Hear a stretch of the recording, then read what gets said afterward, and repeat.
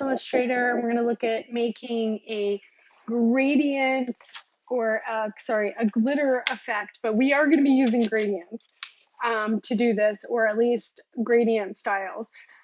So the first thing I have open is, and I'm going to back out a little bit because I have some things open that you may not be used to seeing.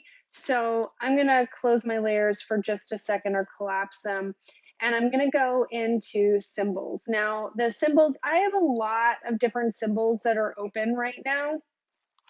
And they're ones that I've been experimenting with. If you click on the library button in the top on the bottom left-hand corner, click on that, there's a bunch of different symbols from Heirloom, Hair and Fur, Grime Vector Pack, Dot Pattern Vector Pack. There's all sorts of stuff that you can use. Let me go back to my symbols. Go there because we don't need that. So go back to your symbols. What I found, and I haven't explored everything in this, but what seemed to make the most sense, knowing having used this before, is the artistic textures, because you have all these different crosshatch and confetti and charcoal and stipple small and stipple large and plain stipple. So I'm going to use plain stipple.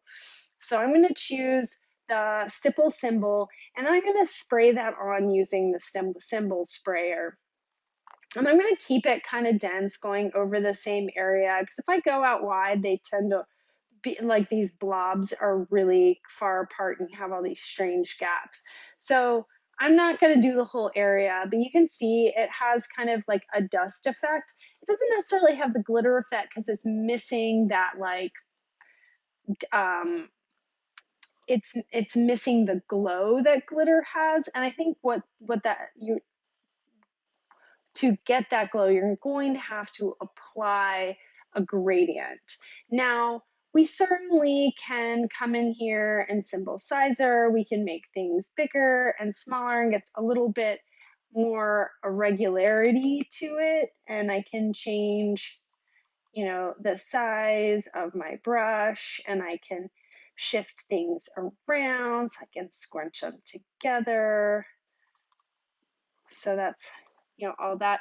And I can even come in here with my symbol stainer, and with flat colors, not gradients, I can paint on, but I can't, so I can kind of give it a little variation here,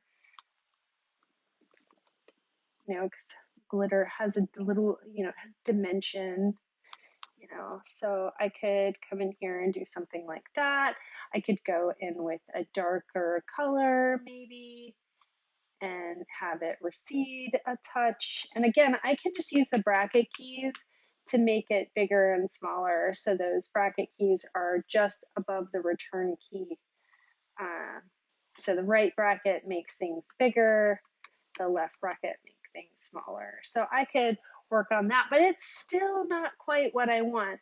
I want to choose a symbol styler. Now, to use the symbol styler, you have to have the graphic styles panel open. So if you go to Window, Graphic Styles, click that. You can pick a graphic style that has a gradient. So I'm actually going to use this dusk. You can pick other things, some of these buttons and image effects. There's all sorts of things, textures that you could pick from. But I think this blue just kind of gradient worked really well. So if I paint over this, and this will slow it down because you're really asking Illustrator to do a lot, so it's kind of lagging on me right now, but you can paint it on and give it a weight. You'll see the little spinny wheel because it's thinking. Again, I think because I'm working on a laptop, yours will likely move quicker if you're in the lab. So I can spray on my different graphic styles, see how those look and fill in. but it takes a little bit of patience. But it's nice once it's done, it's done. Now, the other thing that you can do, so this is an option for sure. Um, and once, if Illustrator's completely finished um, thinking about this, I'm going to zoom out. And so I've got this symbol set, which is super cool. So it's kind of functioning as a unit, and I can make it bigger or smaller. It's really thinking. So I don't love this because it's really slowing my computer down. So maybe I will go ahead and click expand, and I'm gonna break my symbol set. So I'm gonna break up this symbol set into individual symbols, but I don't even want them to be symbols anymore. I kind of want to expand my appearance and just have a bunch of individual shapes. So I'm gonna expand that again. And this is going to take just a little bit to do this because Illustrator's probably not super happy with me right now because I'm asking it to do a lot of things. So I've got to give it a wait and see. Now I have all these individual symbol or individual sets, and I might actually need to expand this yet again. So I'm going to go ahead and click OK and expand it one more time.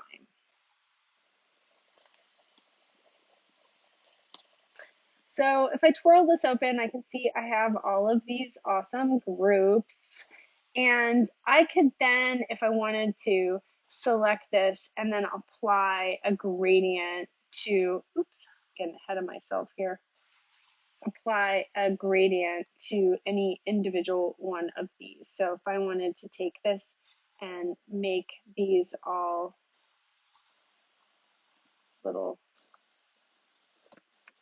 glowy, you can see like as we scroll in, and it's really, I think it's slowing down quite a bit. It really doesn't want to break these symbol sets, but you can see by using the artistic textures with the symbol sprayer and the symbol strainer and the styler, you can get a nice texture, glitter texture that will work really nicely. But again, it's going to be your color of the foreground and your background combination that's really going to make it feel like glitter. I hope this helps.